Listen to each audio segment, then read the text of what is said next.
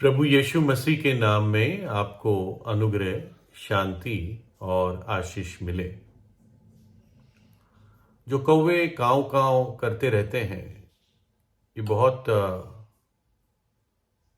Disturbing होते हैं और बहुत कई बार चिढ़ चढ़ती है उनकी आवाज़ को सुन के। और कौवे अनाज को, फलों को, फूलों को और जो कुछ उनके रास्ते में आता है उनका नुकसान करते रहते हैं। कैसे अपने बगीचे से कौवों को बाहर रखे, ये भी एक कई लोगों के लिए बड़ी समस्या है।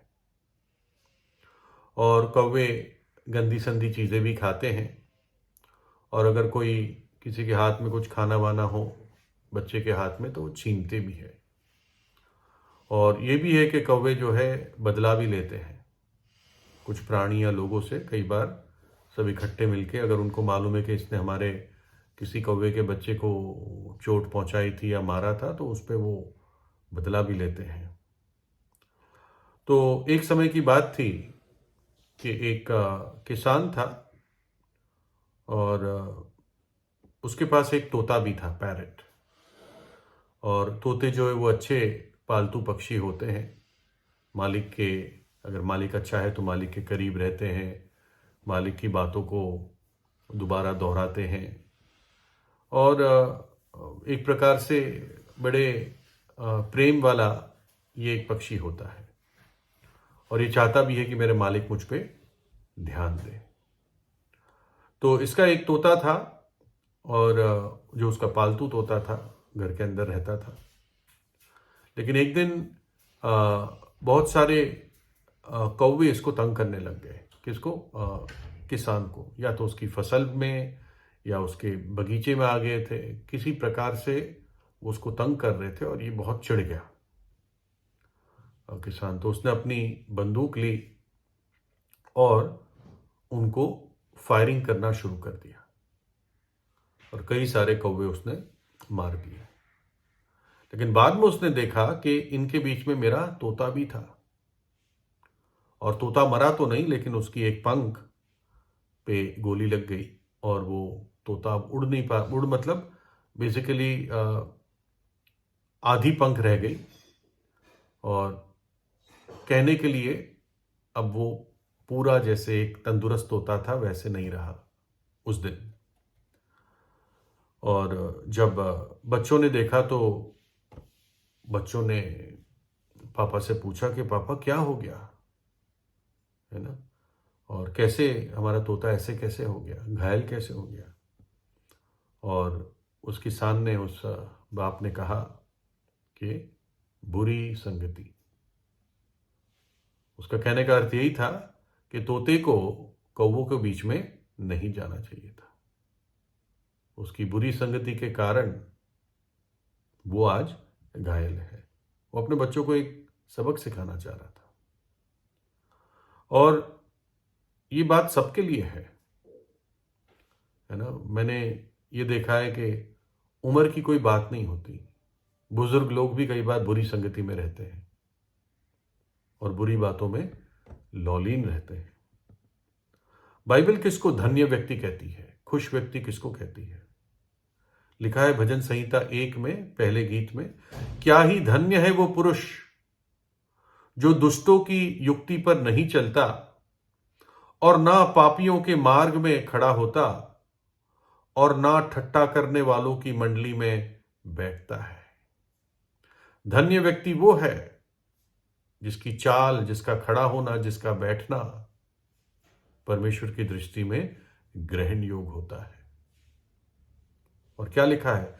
वो ठट्टा करने वालों की मंडली में नहीं बैठता, दुष्टों की युक्ति पर नहीं चलता। एक उसका अलगाव का जीवन होता है। बुरे लोगों के साथ उसकी संगति नहीं होती। यिर्मयाह भविष्यद्वक्ता कहता है, तेरी छाया मुझ पर हुई, मैं मन बहलाने वालों के बीच बैठकर प्रसन्न नहीं हुआ। जो मन बहला रहे थे शराब से, तेरे हाथ के दबाव से मैं अकेला बैठा। भविष्यद्वक्ता ये कह रहा है, क्योंकि मैं तुझे जानता हूं, तेरे कारण मैं ऐसे लोगों के बीच में नहीं बैठा। बाइबल कहती है, ऐसे लोगों के बीच में से मेरे लोग निकल आओ और अशुद्ध वस्तु को ना छुओ। नए नियम में लिखा है 1 कुरिन्थियों 6 में, क्या तुम नहीं जानते कि अन्यायी लोग परमेश्वर के राज्य के वारिस नहीं होंगे? अधर्मी लोग परमेश्वर के राज्य के वारिस नहीं होंगे। धोखा ना खाओ, ना वैश्यागामी, ना झूठी उपासना करने वाले, ना परस्त्रीगामी, ना लुच्चे, ना पुरुषगामी, ना चोर, ना लोभी, ना पियक्कड़, ना गाली देने वाले, ना अंधेर करने वाले परमेश्वर के राज्य के वारिस होंगे। गाली देने वाले भी परमेश्वर के राज्य के वारिस नहीं हो सकते।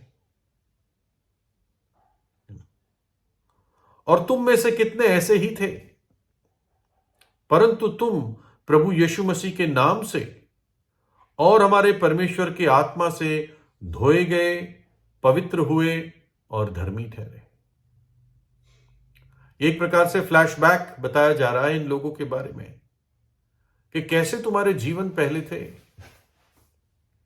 लेकिन प्रभु यीशु ने तुम पर अनुग्रह किया, तुम धोए गए, तुम पवित्र किए गए और तुम धर्मी ठहराए गए। जो भी पापी सच्चे पश्चाताप से प्रभु यीशु के पास आता है, प्रभु यीशु का लहू उसको धोकर शुद्ध करता है, क्योंकि यीशु मसीह ने अपना खून क्रूस पर बहाया, हमारे पापों की सजा अपने ऊपर उठा ली और उसका लहू हमारे पापों के लिए प्रायश्चित करता है और घिनौने से घिनौने पापी को धोकर शुद्ध करता है। फिर लिखा है, धोए गए, पवित्र हुए, अलग किए गए उनके पिछले गंदे जीवन से और धर्मी ठहराए गए। धर्मी ठहराना यानी प्रभु कहता है, तू बाइज्जत बरी है, जा मेरे बेटे, तेरे पाप क्षमा हुए, अब तू मेरी दृष्टि में निर्दोष है। और क्यों? क्योंकि यीशु ने उस पापी के सारे दोष और दंड को अपने ऊपर ले लिया। मेरे बदले में उसने अपना प्राण दिया। और वचन कहता है कि हर एक व्यक्ति जो इच्छा रखता हो वो धन्य बन सकता है। हमने पहले पढ़ा था कि धन्य व्यक्ति वो है जो ठट्टा करने वालों की मंडली में नहीं बैठता। लेकिन शुरुआत कहां से होती है? क्या ही धन्य है वो जिसका अपराध क्षमा किया गया और जिसका पाप ढांपा गया हो। क्या ही धन्य है वो मनुष्य जिसके अधर्म का परमेश्वर लेखा ना ले और जिसकी आत्मा में कपट ना हो। धन्य व्यक्ति कौन है? जिसका अपराध क्षमा किया गया। धन्य व्यक्ति कौन है? जिसका पाप ढांप दिया गया, दूर कर दिया गया। धन्य व्यक्ति कौन है? जिस मनुष्य के अधर्म का लेखा हिसाब परमेश्वर ना ले। और धन्य व्यक्ति कौन है? जिसकी आत्मा में कपट ना हो। और ये कैसे हो पाता है? ये परमेश्वर खुद करता है। जब एक पापी पश्चाताप करके प्रभु यीशु के चरणों पर आता है, प्रभु उसका अपराध क्षमा करता है, प्रभु उसके पाप को ढांप देता है, दूर कर देता है। प्रभु उसके अधर्म का अब लेखा नहीं लेता, क्योंकि उसने उसके अधर्म की सजा को अपने ऊपर ले लिया। और प्रभु उसकी आत्मा के कपट को भी दूर करता है और उसके पास ये अधिकार है। प्रभु यीशु ने कहा, मेरे पास अधिकार है कि पृथ्वी पर मनुष्य के पापों को क्षमा करूं। वो तीसरे दिन मृतकों में से जी उठा। जीवित परमेश्वर है, युगान युग जीवित है। इसलिए हर व्यक्ति अपने पापों से पश्चाताप करे, उन पापों से, उन बुरी संगति से, उन कौवों के बीच में से निकल आए और एक पवित्र जीवन बिताए। प्रभु यीशु पर विश्वास कर, तू और तेरा घराना उद्धार पाएगा। प्रभु यीशु से प्रार्थना कीजिए, प्रभु यीशु आपको आशीष दे।